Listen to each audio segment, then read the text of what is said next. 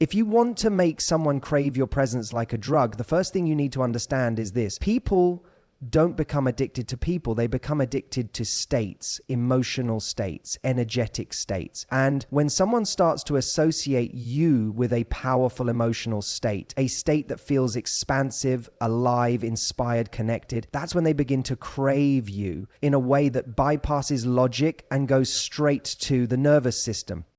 It's not about how much time you spend together. It's not even about how attractive or interesting you are on paper. It's about how you make them feel in your presence and how different that feeling is from what they experience in the rest of their life. Because that contrast, that spike in emotion is what gets their attention. That's what sets the addiction cycle in motion. Think about the psychology of addiction. It always begins with a high, that rush, that feeling of being lifted out of the ordinary and into something transcendent. Whether it's through a substance, an experience, or a connection, the root is always the same. The brain lights up, dopamine floods in, and a strong emotional imprint is made. Then when the high fades, the mind doesn't forget. It remembers the state. It wants it back, and it begins to seek out the source of that feeling. So if you want to become addictive to someone, if you want your presence to be the emotional experience they crave, you have to stop thinking about impressing him and start thinking about affecting him, shifting him, creating an emotional contrast that changes his state the moment he's around you. That's the key. Now, this isn't about being artificially up all the time. It's not about being performative or loud or manic with your energy. It's about being attuned, present, tapped into your own emotions so deeply that your energy leads. Most people follow, they mirror, they take their emotional cues from the other person. But when you become the one who sets the tone, when you bring a grounded sense of joy, playfulness, calm, sensuality, mystery, you become the emotional thermostat in the room. And that's when people start to feel addicted, because you're not just reacting to their energy, you're influencing it. This is what charismatic people understand intuitively. They don't just speak, they move you. They don't just make you think, they make you feel. And that feeling stays long after they're gone. So how do you do that? How do you become a source of that emotional high? It starts with self-regulation. If your energy is chaotic, anxious, or needy, that's the state you're going to project. And that's what the other person will feel around you. But when you're grounded in yourself, when your nervous system is calm, when your energy is clean, when you're emotionally centered, you become a safe space and a stimulating one. That's rare, and rare is addictive. From there, you create intentional contrast. Maybe you bring a moment of levity in a heavy conversation. Maybe you offer stillness in a chaotic day. Maybe you turn an everyday interaction into a moment of unexpected connection. By being fully present, by really seeing him, by laughing harder, listening more deeply, or playfully challenging him in a way no one else does. These aren't grand gestures. They're small, emotionally charged shifts. Little highs, moments of surprise. That's what leaves a mark. The goal isn't to entertain him or become his emotional caretaker. The goal is to be so in tune with yourself that your energy naturally invites him into something more aliveness, more curiosity, more pleasure, more emotional freedom. When someone starts to associate you with the best parts of themselves, their confidence, their humor, their creativity, their sensuality, they won't just want to be around you. They'll need it.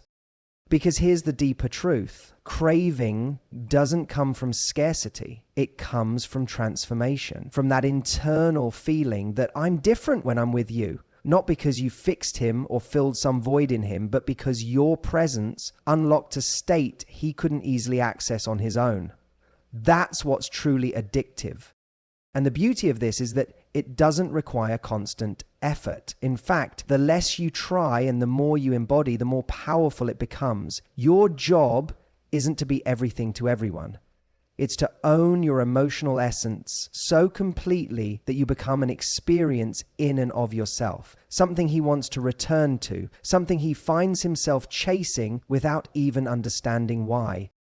People chase what elevates them. They obsess over what stirs their spirit, what expands their world, what gives them even a moment of deep feeling in a world full of numbness. So if you want to be the one he craves like a drug, Don't give him perfection, give him presence. Give him energy that moves, that breathes, that surprises, that shifts him. Because at the end of the day, we don't crave people, we crave the version of ourselves we feel when we're around them. So make your presence the mirror that reflects the most vibrant, alive, powerful version of him back to himself. And once he's felt that, he won't stop coming back for more. If you want to make someone crave your presence, then you have to stop trying to be constantly present. That's the paradox. See, craving isn't born in constant closeness, it's born in absence, in space, in the contrast between the high they get when they're with you and the quiet flatness they feel when you're gone. And most people sabotage that craving without even realizing it because they think if they pull away, even for a moment, the person will lose interest. But it's actually the subtle withdrawal that creates the interest. Now, I'm not talking about manipulation. I'm not talking about ghosting or playing games or doing the hot and cold routine to control someone's emotions. What I'm talking about is energetic pacing, knowing when to pull your energy back so it can be felt. Because here's what's true psychologically. We become most aware of something when we lose access to it.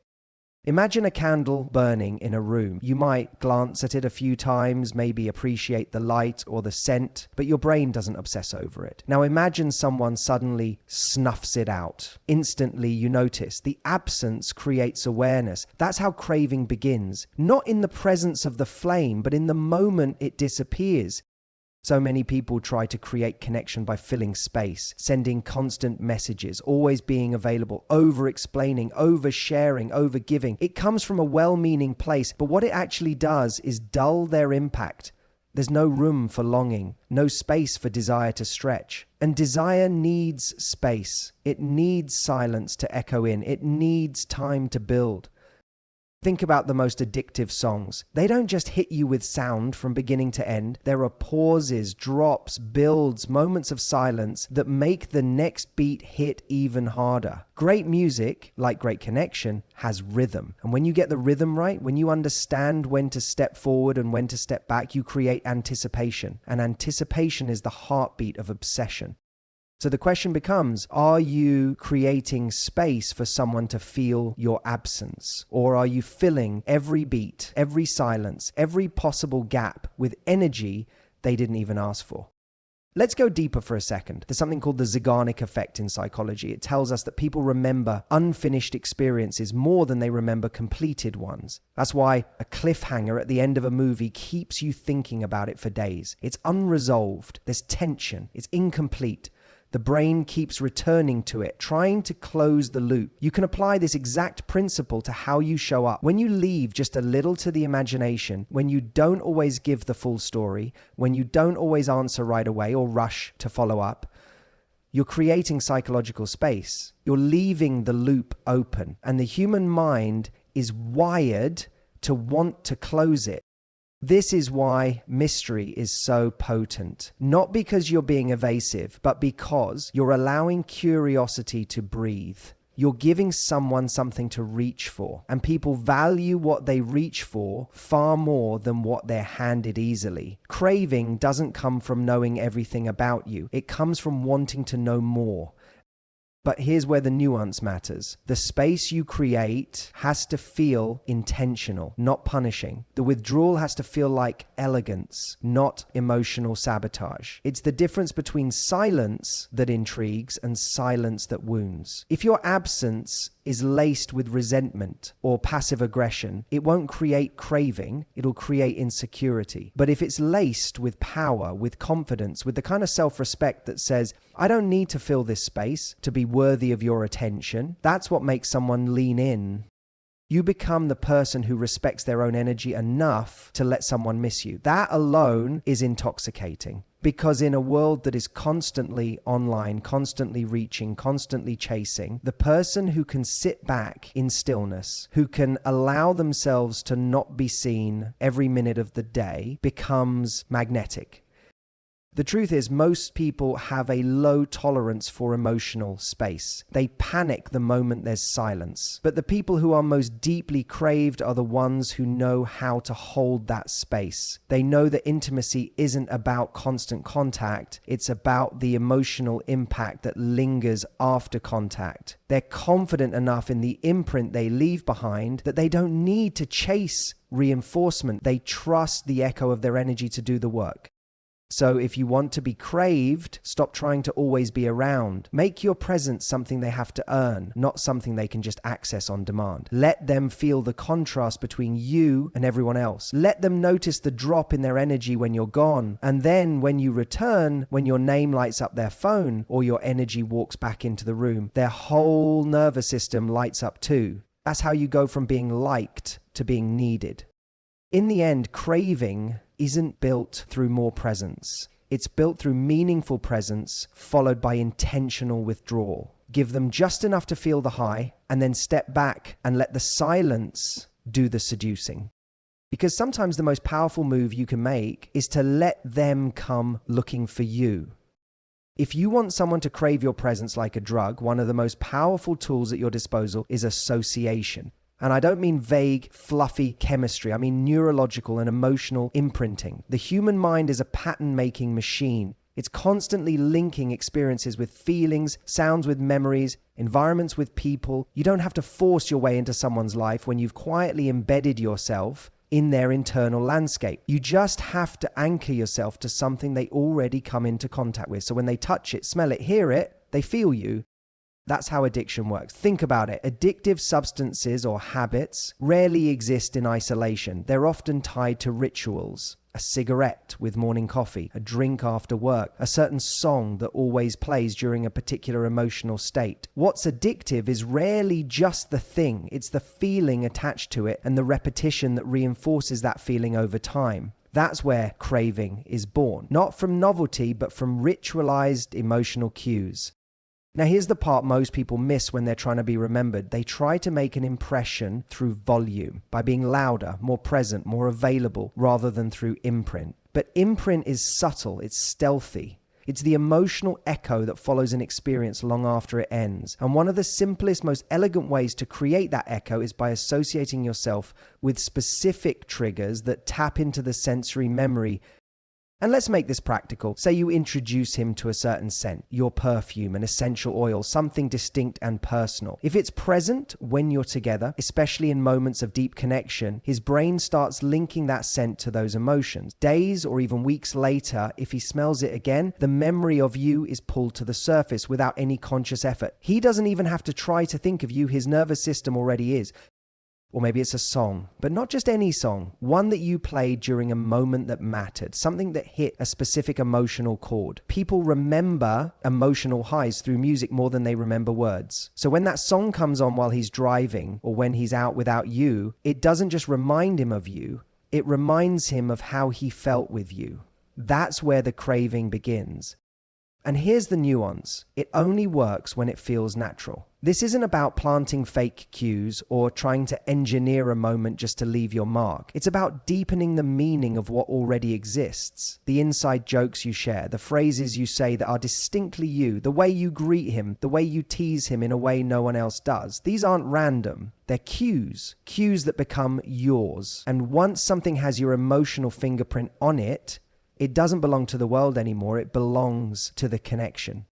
This is how you go from being someone he remembers occasionally to someone he can't stop thinking about, because the world is full of reminders of you, but they don't feel like reminders. They feel like habits, like emotional pathways that lead back to the state of connection, comfort, playfulness, sensuality, aliveness, whatever it is that you uniquely provide. This is also why shared rituals are so powerful. Maybe you always order the same weird takeout combination. Maybe you have a regular weekend spot. Maybe you send a funny meme every Friday morning. It doesn't matter how small it is. What matters is that it's repeated, it's consistent, and it's yours. Rituals don't just build connection. They build emotional dependency, because when the ritual disappears, there's a void, and voids get noticed. This is the emotional equivalent of muscle memory. You want your presence to become so linked to his favorite moments, sounds, and sensations that his body starts to anticipate you before his mind even catches up. That's how you bypass the logic and land directly in the emotional system, the part of him that feels before he thinks. And that part, that's where real craving lives. Now, let's take it a step deeper. If you can become the source of contrast, meaning your energy interrupts the monotony of his day, you become the moment of color in a life of gray. Maybe he has a routine, a schedule, a life that's predictable. You don't need to disrupt that. You just need to exist within it in a way that stands out. A voice note in the middle of a long, dry day, a quote you send that hits him emotionally, a memory you reference that pulls him back into something intimate. These micro moments become the hits of dopamine, and once he's had a taste, he'll want the next one.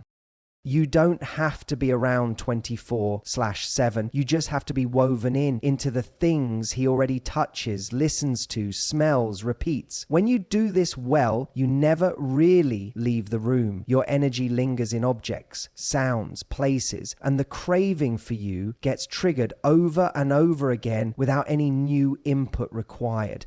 That's the secret power of association. It works while you're gone.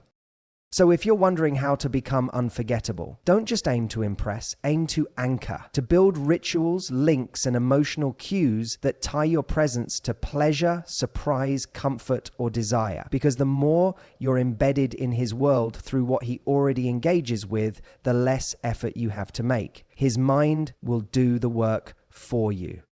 And when the world keeps reminding him of you, even when you're nowhere near, how could he not crave you like a drug? If you want to make someone crave your presence like a drug, you have to understand the emotional impact of unpredictability. Not chaos, not drama, but intentional unpredictability. Because nothing dulls desire faster than predictability. If someone can perfectly anticipate how every interaction with you will go, it becomes routine. Safe, yes, but excitement, craving, that comes from the unknown. This is where most people go wrong in relationships, especially in the early stages. We want to be liked. We want to be accepted. So we become consistent in ways that flatten our energy. We default to predictability because we think it makes us trustworthy. And while consistency and character is essential, integrity, honesty, emotional availability, the experience of you, that shouldn't feel like clockwork. It should feel alive, kinetic, slightly unpredictable in a way that creates curiosity and emotional tension. We crave what we can't fully map. Think about it. Our brains are designed to look for patterns, to find the predictable, to make sense of chaos. But once something becomes too known, too mapped, it fades into the background, like a song you've played too many times. At some point, the emotional hit wears off. The mind no longer reacts. Craving, by its very nature, requires that tiny edge of uncertainty. That sense of what will I get today? Not in a toxic or inconsistent way, but in a way that keeps someone emotionally engaged, awake. So how do you create this feeling of aliveness, this unpredictability, without falling into game playing or emotional manipulation? You become dynamic, multifaceted. You allow yourself to surprise him, not with tricks, but with range. Show that you're not one-dimensional, that you can be playful and profound, still and passionate, grounded and wild, that your emotional landscape has layers, and you're not afraid to shift between them. Not to perform, but to express who you truly are, without packaging it into something easy to digest. Most people show up with only one version of themselves, especially when they're trying to be liked. They stick to what they know gets a good reaction, and they avoid anything that might feel too complex, too bold, too much. But here's the thing, we don't crave what we fully understand. We crave what invites us deeper, what keeps us guessing, what mirrors the full range of our own complexity. Think about the people who've left the deepest imprint on you. Chances are they weren't the easiest to categorize. There was something about them that kept unfolding, something you couldn't quite name. They challenged you, they surprised you, they made you feel something new each time. That's the energy that leaves a mark. That's what lingers. And this is where it gets philosophical, because the truth is we crave in others what we secretly want to access in ourselves. So when you show someone your range, when you show that you're not afraid to laugh deeply, feel fully, speak boldly, or fall silent with presence, you're giving them permission to access those parts of themselves. You become a mirror for possibility, and that's addictive, not just because of who you are, but because of who they get to be around you. Now, let's be clear, this doesn't mean being erratic, emotionally volatile, or inconsistent in your intentions. That kind of unpredictability creates anxiety, not desire. I'm talking about being rooted in your core values, but flexible in your expression. Letting your energy shift naturally with your mood, your environment, your depth. Letting yourself be real rather than curated. Most people are terrified of that level of emotional authenticity, but the few who lean into it, they're magnetic.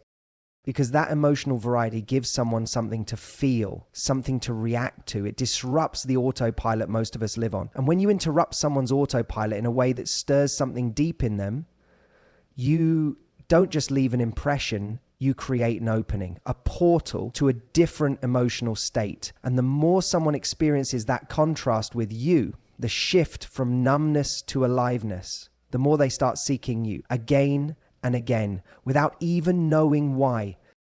This is also where spontaneity comes in, not constant novelty, not needing to reinvent the wheel every day, but a willingness to break routine, to offer something unexpected. Maybe it's the way you flirt differently one day. Maybe it's sending a message he doesn't see coming. Maybe it's bringing up a question that stirs him in a way no one else dares to. These tiny moments of surprise create emotional spike, just enough to keep him on his toes, just enough to disrupt the expected. You become the person who can't be reduced to a type. You're not the chill girl, the funny one, the nurturing one. You're all of it and more. And in being all of it, you become someone he can never fully decode. That mystery doesn't fade with time. It deepens because it's rooted in truth, not performance. So the next time you're tempted to shrink yourself into one version of you, the safe, likable version, remember, addiction doesn't form around the predictable. It forms around the dynamic, the emotionally rich, the energetically alive. Let him feel the full spectrum of you. Not all at once, not in a flood, but in layers, in waves. Let each interaction reveal something new. Keep him leaning in, keep him wondering, because as long as you keep unfolding, you'll never stop being interesting. And that's when you stop being a person he likes and start being an experience he needs. Craving begins not with what we expect, but with what we hope to find each time we return. Be that hope. Be that depth, and he'll come back for you like a habit he never wants to break. If you want someone to crave your presence like a drug, here's a truth you can't ignore. People don't just crave people, they crave how they feel about themselves when they're with them. That means if you want someone to keep coming back to you over and over again, you need to become the emotional environment where they feel the most themselves, the most alive, the most seen. This is where emotional attunement comes in. And no, this isn't about being agreeable or always validating or giving someone endless praise. It's about becoming masterful at creating a space where they feel emotionally recognized, without judgment, without performance, without pressure to be anything other than who they are in their most honest form. We're all walking around with parts of ourselves that are buried, emotions we've silenced, insecurities we've masked, desires we've downplayed. So when someone enters our life and instead of reacting to the surface, they respond to the depth, that's when something opens. That's when we start to attach, to crave. Not because they're doing something flashy or impressive, but because they're giving us a feeling of home we didn't know we were missing. Now think about this from a psychological standpoint. Human beings are wired for connection, but not just any connection. We seek mirroring. We're drawn to people who reflect back the parts of us we secretly long to see. So if you want to be someone he keeps craving, you have to become fluent in seeing him, really seeing him. Past the performance, past the identity, past the ego. You tap into what most people miss, what he's proud of but doesn't show off, what he's afraid of but doesn't speak about, what he secretly wants to feel respected, admired, accepted, and you give him space to experience that, not through flattery, but through presence. This is subtle. It's not about being a therapist or constantly digging into his past or asking intense questions all the time. It's about noticing, picking up on patterns, sensing when his energy shifts, acknowledging when something small actually matters to him, reflecting that you noticed without needing anything in return. You're not rewarding behavior. You're recognizing humanity. And when someone feels that from you, it disarms them in the best possible way. They relax, they open. And when someone starts to open around you, they associate you with that release, with that relief. And here's the paradox. When someone feels safest with you, they become more addicted to your presence, not because you coddle them, but because you expand them. You become the place where their nervous system settles. And once someone has experienced that kind of safety, they start to seek it, not with words, but with presence. They want to be near you again, even if they can't explain why. It's the same reason people crave certain songs when they're overwhelmed, or certain scents when they feel disconnected. The things that bring us back to ourselves, we attach to those. We hunger for them because most of the world is trying to make us be something. But the person who helps us feel something, that person is rare. Now, this doesn't mean you make everything about him. That's another trap where you lose your own sense of center trying to become someone's emotional support system.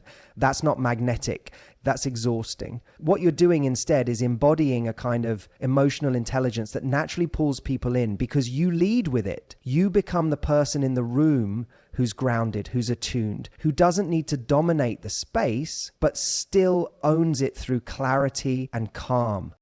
And that presence, that poise, it creates polarity, especially when paired with depth, when you can shift from playful to thoughtful, when you can read the room but also challenge it, when you can meet someone where they are emotionally and invite them higher. That's what creates emotional addiction, because you're not just meeting a need, they're evolving in your presence. And evolution is one of the most addictive experiences on the planet. This is what most relationships are missing, that sense of emotional movement. Most people get caught in surface level exchanges, fun, flirtation, familiarity, but they don't know how to shift the emotional current, so nothing gets anchored. But when you can shift someone from self-doubt to confidence, from tension to ease, from distraction to presence, now you've created a moment, and moments become memories, and memories become emotional triggers. That's the key. You don't need to constantly impress someone to make them crave you. You need to be the source of their most grounded, empowered, awakened self. When you can do that without effort, just by being in your own aligned energy, it doesn't feel like you're giving. It feels like being. And that's where real attraction lives, in presence, that changes the emotional climate, even when you're silent. So what does this mean practically? It means you start paying deeper attention. You listen for what's under the words. You affirm without overpraising. You support without smothering. And above all, you keep your own emotional state intact. Because craving is never created through neediness. It's created through presence that elevates both people, quietly and powerfully. And that's the invitation. Become the space he doesn't even realize he's been searching for. Let your presence be the shift in his emotional weather. And before he can even name it, he'll find himself chasing the calm, the energy, the aliveness that only exists when you walk into the room. Because people don't crave people. They crave how they feel in their presence. So give him a feeling he can't find anywhere else, and he'll keep coming back to you long after the moment is over. One of the most overlooked truths about making someone crave your presence like a drug is this: you have to know when to pull away. Not out of manipulation, not as a strategy to provoke insecurity, but as a conscious way of protecting your value and letting them feel the absence of what they've come to emotionally rely on. Think about anything you've ever been addicted to, anything you've ever missed, longed for, or obsessed over. The common thread? It wasn't constantly available. It wasn't in front of you 24/7. It created moments of connection, powerful ones, but then it disappeared, leaving behind a gap. That gap is everything. That's where the craving lives. We don't crave what we constantly consume. We crave what intermittently rewards us. What appears leaves an emotional impact and then steps back just far enough for us to feel the space it used to fill. That's not coldness, that's timing, that's mastery. See, a lot of people make the mistake of thinking love